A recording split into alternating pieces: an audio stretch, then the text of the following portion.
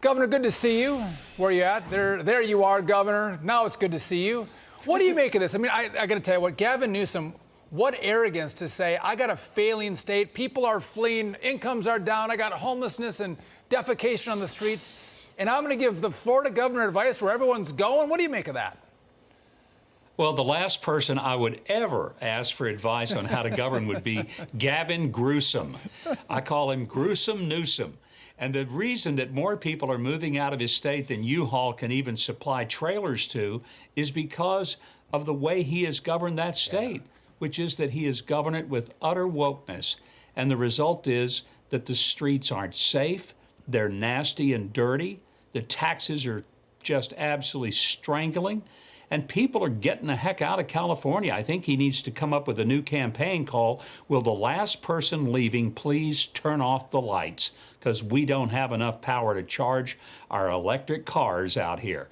I mean, it's just bizarre. Ron Desantis has had a very good run as governor in Florida, very popular there, made tough decisions, good decisions, and the people of Florida seem to be quite happy with him.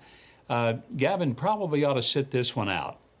It's not his awakenedness, it's his arrogance of, you know, the rules for thee and not for me, of eating at the French Laundry when his restaurants were shut down in his state during the COVID crisis.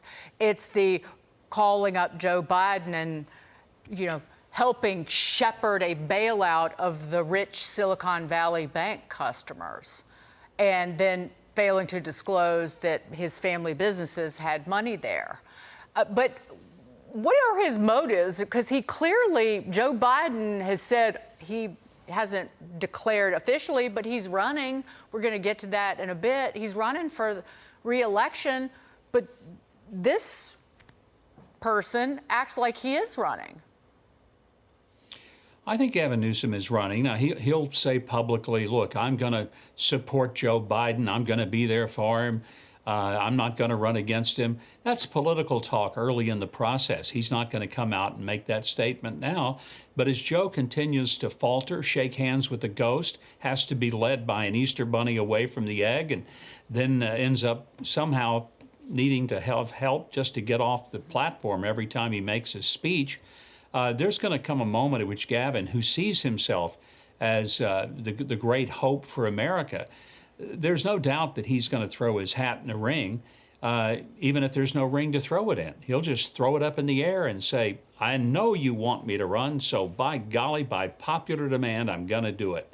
Now, I think it's going to be an interesting contest between two people, one who has boogered up the country and one who has boogered up California. You can take your pick. Which one do you think has boogered up the most? And if that's what you want for president, well, you're going to have a great choice.